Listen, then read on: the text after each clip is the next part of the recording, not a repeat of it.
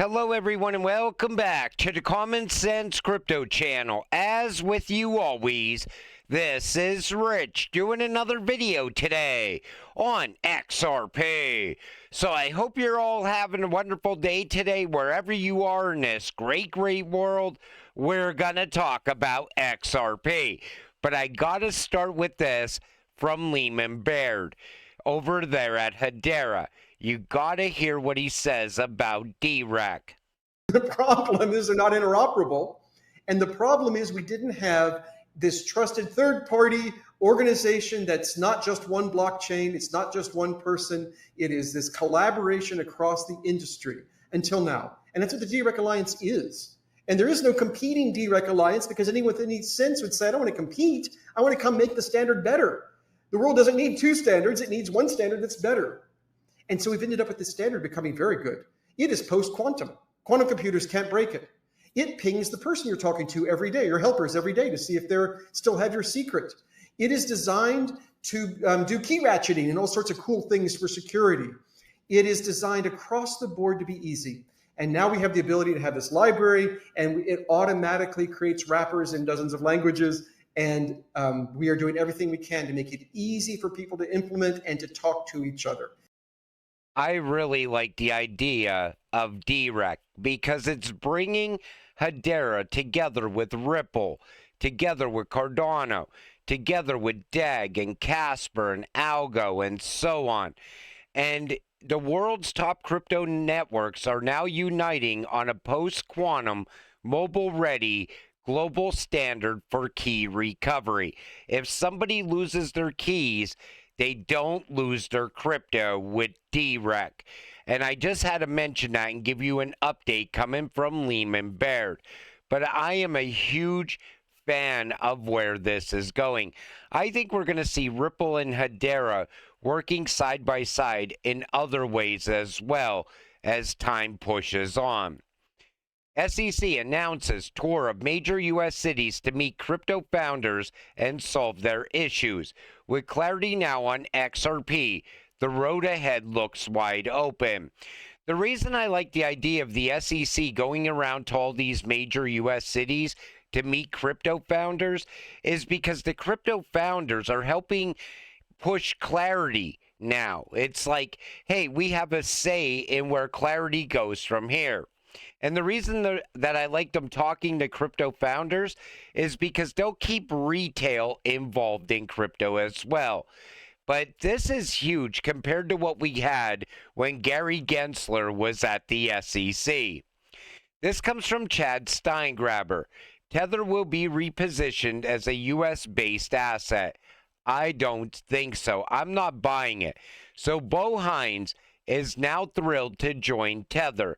Huge thanks to the CEO and team for the warm welcome. So because Bo Hines is over there at Tether, everybody thinks Tether's going to get a free pass now. I'm not buying it. Because even with FTX, remember they were blowing kisses at Sam Bankman-Fried, and everybody loved Sam Bankman-Fried until they didn't. The U.S. government has a way of embracing a company before the company implodes. You ever take notice to that? Pro-XRP lawyer Bill Morgan criticized Tether for having an independent third-party custodian for its reserves, while praising Ripple's RLUSD. You know, when it comes to Tether, there's nothing transparent about it. Even they were working with FTX and Alameda before the fall of FTX. I think they're working with a lot of other shady businesses as well. But the one thing about Tether is this. I think the U.S. government will use it until they no longer need it. When they find a better alternative, they will turn their back on Tether. And remember, consumer warning, Tether refusal to open its books puts consumers at risk. Could Tether be the next FTX? Well, if they keep doing this, it's inevitable. Another $1 billion in Tether USDT has been minted out of thin air. Every time the price of Bitcoin falls, even in the slightest way, Tether prints more Tether, because they got to keep propping up the price of Bitcoin. But right away, because someone like Hines takes a job at Tether. Oh, Tether's totally safe now. Put all your money behind Tether. I have nothing tied to USDT because I know that eventually this is going to break down. So far, Tether has maintained its peg to the US dollar. But one day, and most likely because of regulations going live in all these countries all around the world, Tether will eventually fall. That's my thoughts on it. And the reason I wanted to mention that is because a lot of people asked me about that today on X. XRP needs to close August above this level to launch upward surge. So what they're saying is XRP has to stay around or above $3.30. If that happens, then we continue upward. If we don't, then we'll start to fall back. I don't think so. I think October is going to be a big month for XRP. I think the ETFs will start to get approved at some point. I think BlackRock's going to announce an XRP spot ETF filing at some point, and I think that's really going to get the price of XRP going. Plus, if the courts finally sign off on the Ripple versus SEC case, that could also get things going as well. But it is true, we do need to get back to where we were before we break down even further. I want to see XRP go on that ascent upward and solidify the fact that we are now in alt season. We're just not quite there yet. The prominent investor believes that there are no anti-crypto voters. So Anthony Scaramucci is now saying he's all bullish about traditional banking institutions making moves in this space. And he even talks about Larry Fink, how he's ready for tokenization. He sees the vision of it.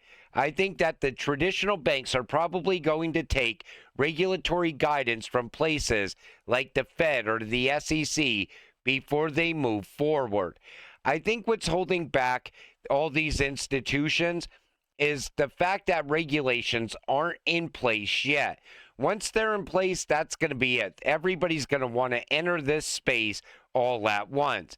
But he went on to compare crypto to Uber, which used to face severe resistance from politicians. Remember, everyone in this room has been in an Uber, he says, but there wasn't one government official in any major city that wanted Uber to exist. But yet, look at where Uber is today. Same thing is going to happen with crypto. You know, right now they're fighting it. You know, some politicians are still fighting it. But it is coming no matter whether they like it or not. I mean, Elizabeth Warren, she wants to live in the past with her big banker friends. So be it. Crypto is already taking over. But he says that there is no anti-crypto voters out there. And I agree with that.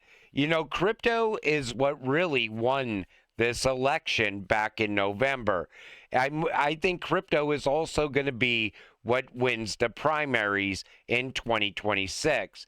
It's going to be a different time in crypto as we go forward because crypto is now maturing and you see it in real time.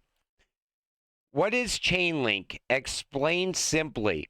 So right now there's this big anti-XRP campaign going on.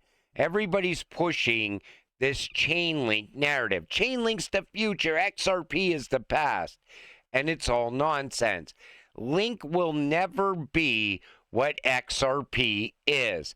Take a listen to the CEO of Chainlink. What is Chainlink? Explain simply, no jargon. Chainlink is a platform for enabling next generation smart contracts that connect all of the world's transactions into a single internet of contracts where you and me can mathematically guarantee our relationship. Whether that's a banking relationship, whether that's a trading relationship, whether that's an insurance relationship, whether it's a purchase of concert tickets. So Chainlink is the platform that enables that to work for these advanced smart contract use cases. Without Chainlink, you can't build these advanced smart contracts. Basically, you're stuck with just making tokens that don't do much.